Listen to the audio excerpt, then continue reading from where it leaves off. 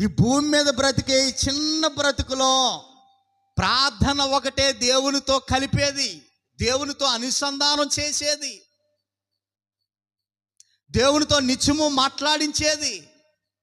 మన కష్టాలను, సుఖాలను, సంతోషాలను దేవునితో చెప్పుకునేది ప్రార్థన.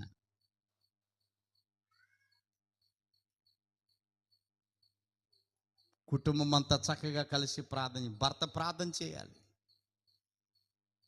దేవా, నాకు మంచి కుటుంబం ఇచ్చావు నాయన, నేను ఏనాడో అదృష్టవంతుణ్ణి, మంచి భార్యనిచ్చావు నాయన.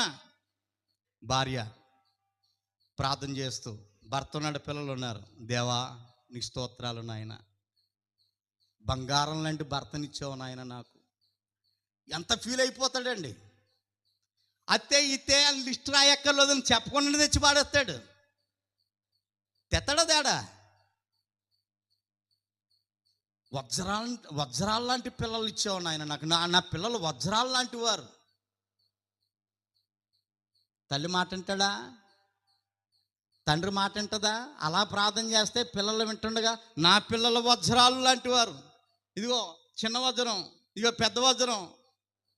ప్రార్థనలో ఉపయోగిస్తే వాళ్ళు వింటారా ఈ ప్రార్థనలు? ఓ తండ్రి, ఓ తల్లి, నాయన నాకు బంగారం లాంటి పిల్లలు ఇచ్చావు అని ప్రార్థన చేస్తున్న ప్రార్థన విని నువ్వేం చెప్తే అదే వింటారు.